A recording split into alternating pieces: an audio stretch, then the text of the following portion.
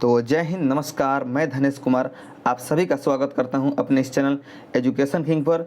तो दोस्तों, अगर आप भी बिहार पुलिस या बिहार दरोगा या बिहार के किसी भी एग्ज़ाम की तैयारी करते हैं तो अपने तैयारी को बेहतर बनाने के लिए हमारे डेली टेस्ट सीरीज के साथ जुड़िए और हर रोज़ 25 महत्वपूर्ण क्वेश्चन का सेट लगाइए जो कि परीक्षा के दृष्टिकोण से काफ़ी या सभी महत्वपूर्ण प्रश्न है। ठीक है दोस्तों, तो चलिए बढ़ते हैं क्वेश्चन की तरफ। पहला हमारा क्वेश्चन है आपके स्क्रीन पर। ठीक है, हर क्वेश्चन में 4 ऑप्शन दिया गया है, आपको भी सेट को लगाना है और देखना है कि आप इसमें कितना सही कर पा रहे हैं। ठीक है दोस्तों, तो चलिए पहला क्वेश्चन ये कह रहा है हमारा कि निम्नलिखित में से कौन सा रोग चिरकालीन रोग के श्रेणी में आता है। ठीक है, क्वेश्चन है निम्नलिखित में से कौन सा रोग चिरकालीन रोग के श्रेणी में आता है। तो कौन सा रोग हो जाएगा दोस्तों, ये हो जाएगा आपका टीबी। ठीक है दोस्तों, टीबी जो रोग है, ठीक है, टीबी ये जो है चिरकालीन रोग के श्रेणी में आता है। ठीक है, किस रोग के श्रेणी में आता है, चिरकालीन रोग के श्रेणी में। चिरकालीन रोग क्या होता है दोस्तों, आपको बता दें, चिरकालीन रोग ऐसा रोग जिसका लक्षण मानव शरीर में लंबे समय तक बने रहते हैं।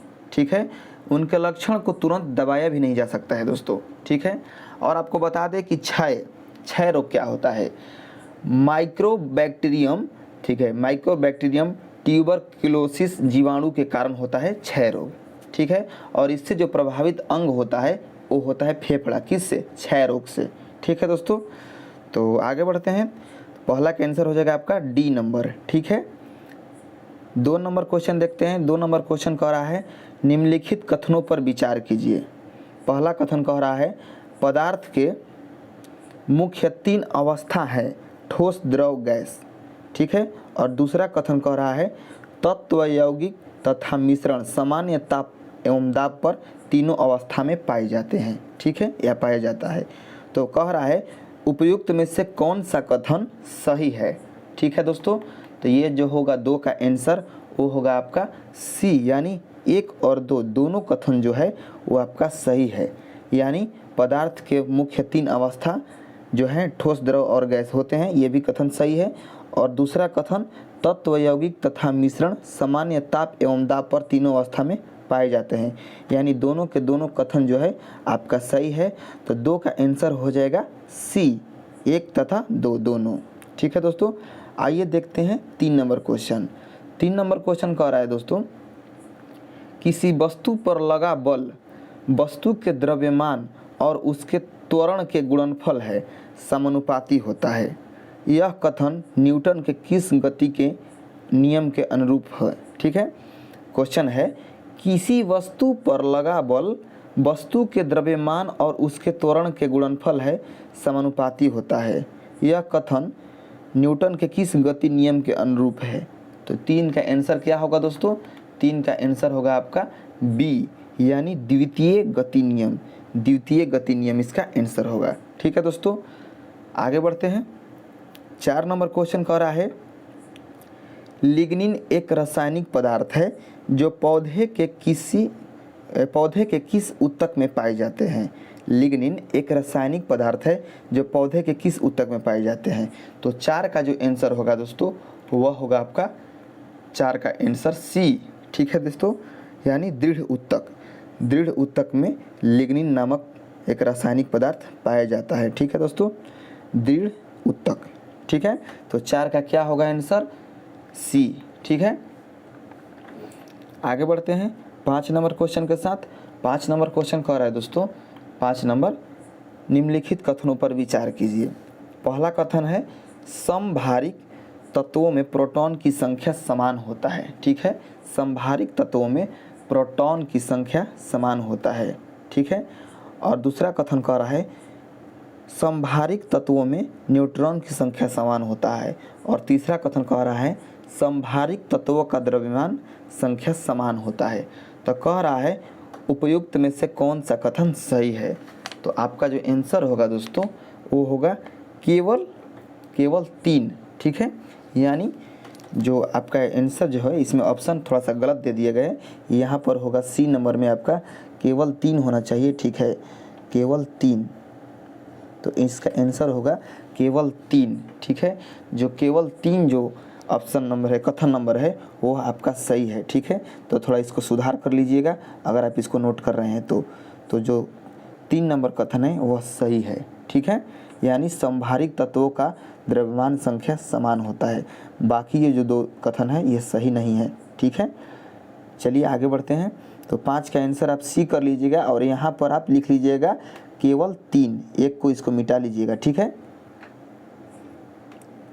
आगे बढ़ते हैं। 6 नंबर क्वेश्चन कह रहा है दोस्तों, 15 kg का एक वस्तु पृथ्वी के सतह पर स्थिर है परंतु वह 6 मीटर प्रति सेकंड की वेग से चलते हुए स्थिर हुआ। वस्तु की गतिज ऊर्जा तथा स्थितिज ऊर्जा का अनुपात क्या होगा? ठीक है, तो 6 का जो आंसर होगा दोस्तों वह होगा आपका ए। ठीक है, 6 का क्या होगा आंसर? ए, यानी 0। ठीक है, स्थितिज ऊर्जा और गतिज ऊर्जा का अनुपात क्या होगा दोस्तों? वह होगा 0। ठीक है, आगे बढ़ते हैं। और हाँ, आपको हम बता दें कि इसका जो डिस्कशन है ना, इसका जो एनालिसिस है उसको हम कॉपी पर लिख देंगे और लिखकर उसका PDF बनाकर अपने चैनल एजुकेशन किंग पर अपलोड कर देंगे। वहाँ से जाकर हर क्वेश्चन को अच्छे से समझ लीजिएगा। ये जितने भी आपको न्यूमेरिकल दिखाई दे रहे हैं इसको भी हम बनाकर पेज पर PDF बनाकर वहाँ पर भेज देंगे। एजुकेशन किंग जो हमारा टेलीग्राम चैनल है उस पर। ठीक है, वहाँ से आप जाकर इसको डाउनलोड कर लीजिएगा। ठीक है दोस्तों, तो चलिए आगे बढ़ते हैं 7 नंबर क्वेश्चन के साथ। 7 नंबर क्वेश्चन कह रहा है, निम्नलिखित कथनों पर विचार कीजिए। पहला कथन ये है, पहला कथन है मानव के कायिक कोशिका में अगुणित गुणसूत्र पाए जाते हैं। ठीक है, मानव के कायिक कोशिका में अगुणित गुणसूत्र पाए जाते हैं। और दूसरा कथन कह रहा है, शुक्राणु तथा अंडाणु में द्विगुणित गुणसूत्र पाए जाते हैं। ठीक है, और आइए आगे बढ़ते हैं 7 नंबर का। 7 नंबर में जो कह रहा है कि उपयुक्त में से कौन सा कथन सही है? तो कौन सा कथन सही है दोस्तों? 7 का इसमें होगा आंसर डी, यानी आंसर इसका ये होगा कि न तो 1 और न ही 2, यानी दोनों में से कोई ही कथन सही नहीं है। ठीक है, आप देख सकते हैं स्क्रीन पर कथन क्या है। 7 का जो कथन है, पहला कथन था कि मानव के कायिक कोशिका में अगुणित गुणसूत्र पाए जाते हैं, जो कि ये गलत है। शुक्राणु तथा अंडाणु में द्विगुणित गुणसूत्र पाए जाते हैं, ये भी गलत है। आपका ये दोनों के दोनों कथन जो है गलत है, इसलिए 7 का आंसर होगा दोस्तों डी। यानी कह रहा था उपयुक्त में से कौन सा कथन सही है, तो आंसर हो जाएगा डी, यानी न तो 1 और न ही 2। ठीक है, आगे बढ़ते हैं। 8 नंबर क्वेश्चन कह रहा है दोस्तों, 8 नंबर कि निम्नलिखित में से कौन सा विकल्प सही सुमेलित नहीं है? ठीक है, तो 8 का आंसर क्या होगा दोस्तों? 8 का जो आंसर होगा वो होगा डी, यानी जो फास्फोरस है, फास्फोरस तत्व, इसका जो संयोजकता है 5 नहीं होगा। ठीक है, इसका जो संयोजकता है ये 5 नहीं होगा, इसलिए ये जो विकल्प है सुमेलित नहीं है। और हम लोग को यही बताना था कि कौन सा सुमेलित नहीं है, तो 8 का हो जाएगा डी। 9 नंबर क्वेश्चन देखिए। 9 नंबर क्वेश्चन कह रहा है 30 न्यूटन का बल एक वस्तु पर कितनी देर काम करेगा ताकि उसका वेग 15 मीटर प्रति सेकंड हो जाए? वस्तु अभी विराम की स्थिति में है तथा इसका द्रव्यमान 5 kg है। तो 9 का आंसर क्या होगा दोस्तों? 9 का आंसर होगा बी, यानी 2.5 सेकेंड। ठीक है, 10 नंबर क्वेश्चन आइए देखते हैं। 10 नंबर क्वेश्चन कह रहा है निम्नलिखित में कौन संयुक्त राज्य अमेरिका द्वारा तैयार एंटी टैंक मिसाइल है? मतलब संयुक्त राज्य जो अमेरिका है उसके द्वारा जो एंटी टैंक मिसाइल है वह कौन सा है? तो हो जाएगा आपका 10 का आंसर। 10 का आंसर क्या होगा दोस्तों? ए, यानी जेवलिन। ठीक है, जो जेवलिन है, यानी 10 का आंसर क्या होगा? जेवलिन।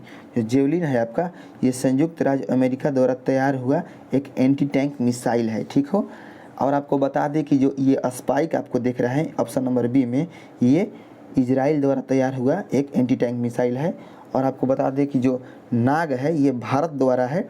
ठीक है, और स्वाति जो है, स्वाति ये आपका तैयार हुआ है। ये स्वाति जो है ये एक रडार है। ठीक है, ये क्या है? रडार है। तो 10 का आंसर क्या होगा दोस्तों? 10 का आंसर होगा आपको ए, जेवलिन। ठीक है, 11 नंबर क्वेश्चन देखते हैं। कह रहा है किस प्रकार के पोषण में पाचन की प्रक्रिया होती है? किस प्रकार के पोषण में पाचन की प्रक्रिया होती है? तो 11 का आंसर होगा सी, यानी प्राणी संपोषण। प्राणी संपोषण में पाचन की प्रक्रिया होती है। ठीक है दोस्तों, आइए 12 नंबर क्वेश्चन देखते हैं। 12 नंबर क्वेश्चन कह रहा है निम्नलिखित रासायनिक अभिक्रिया के संबंध में दिए गए कथन पर विचार कीजिए। ठीक है, कह रहा है क्वेश्चन कि निम्नलिखित रासायनिक अभिक्रिया के संबंध में दिए गए कथन पर विचार कीजिए। तो 12 का क्या आंसर होगा आप लोग बताइए। तो कह रहा है कौन सा कथन गलत है उपयुक्त में से। ठीक है, क्वेश्चन इसका है 12 का कि उपयुक्त में से कौन सा कथन गलत है। तो कथन है पहला कथन कि लेड का ऑक्सीकरण हो रहा है। ठीक है, इस रासायनिक अभिक्रिया को ध्यान से देखिए। ठीक है, इस रासायनिक अभिक्रिया को ध्यान से देखिए और कथन का पढ़िए और बताना है कि कौन सा कथन गलत है इस रासायनिक अभिक्रिया के संबंध में। ठीक है, तो पहला कथन कह रहा है कि लेड का ऑक्सीकरण हो रहा है। ठीक है, और दूसरा कथन कह रहा है कार्बन डाइऑक्साइड का अवकरण हो रहा है। तीसरा कथन है कार्बन का ऑक्सीकरण हो रहा है। और चौथा कथन है लेड ऑक्साइड का अवकरण हो रहा है। ठीक है, तो कौन सा इसका आंसर होगा। तो 12 का जो आंसर होगा दोस्तों वह होगा सी 1 तथा 2। 1 तथा 2 जो कथन है यानी लेड का ऑक्सीकरण हो रहा है और 2 नंबर कथन कह रहा था कि कार्बन डाइऑक्साइड का अवकरण हो रहा है, ये जो दोनों कथन है ये गलत हैं। तो 12 का जो आंसर होगा आपका वो होगा सी नंबर। ठीक है, आगे बढ़ते हैं। 13 नंबर क्वेश्चन कर निम्नलिखित में कौन ऊर्जा के नवीकरणीय स्रोत है। ठीक है, तो 13 का आंसर होगा दोस्तों आपको बी, यानी जो लकड़ी है, लकड़ी ये जो है ऊर्जा के नवीकरणीय स्रोत है। ठीक है दोस्तों, और आपको हम बता दें कि जो नवीकरणीय ऊर्जा है, नवीकरणीय ऊर्जा किसे कहते हैं आइए हम बता दें आपको। जो प्राकृतिक स्रोतों पर निर्भर करती है, ठीक है, उसे नवीकरणीय ऊर्जा कहते हैं। इसमें सौर ऊर्जा, भूतापीय ऊर्जा, पवन, ज्वार, ठीक है, जल और बायोगैस के विभिन्न प्रकारों को शामिल किया जाता है।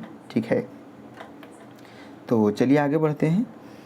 आगे हमारा है 14 नंबर क्वेश्चन। 13 का आंसर हो जाएगा बी यानी लकड़ी और 14 का आंसर होगा दोस्तों आपका। आइए 14 नंबर पहले क्वेश्चन देख लेते हैं। 14 नंबर क्वेश्चन कह रहा है श्वसन। ठीक है, श्वसन के संबंध में कौन सा कथन सत्य नहीं है। तो आइए 14 का पहले कथन देख लेते हैं। कथन कह रहा है दोस्तों कि पहला कथन है यानी ए नंबर, यह ऑक्सीकरण अभिक्रिया है। ठीक है, किसके संदर्भ में बताना था, श्वसन के संबंध में। ठीक है, श्वसन के संबंध में कह रहा है पहला कथन यह ऑक्सीकरण अभिक्रिया है। दूसरा कथन यानी बी नंबर कह रहा है यह जीवित सजीवों के कोशिकाओं के भीतर संपन्न होता है। और सी नंबर कह रहा है कि इस प्रक्रिया में एटीपी के रूप में ऊर्जा का उत्पादन होता है। और डी नंबर कह रहा है ऑक्सीजन की अनुपस्थिति में श्वसन नहीं हो सकता है।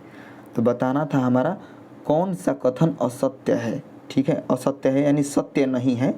ठीक है, वही बात हुआ, असत्य नहीं या सत्य नहीं। ठीक है, तो आपका जो 14 का आंसर होगा वह होगा डी, यानी श्वसन के संबंध में ऑक्सीजन की अनुपस्थिति में श्वसन नहीं हो सकता है, ये जो कथन है ये गलत है। ठीक है, आगे बढ़ते हैं।